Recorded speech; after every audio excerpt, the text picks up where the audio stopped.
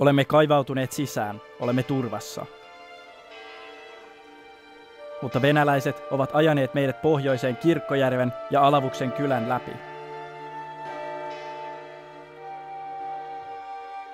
Savon ja Karjalan rykmenttien miehet häiritsevät venäläisten logistiikkaa ja huoltoyhteyksiä, jotka ulottuvat maille ja itään, ja heidät sanotaan olevan Kamenskyn pahin painajainen.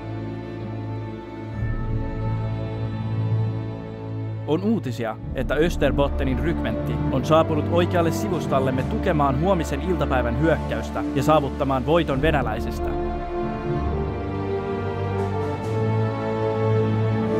Suomen auringon laskun sumu auttaa minua rentoutumaan ja samaan aikaan itselleni tämä maisema todella hämmästyttää minua.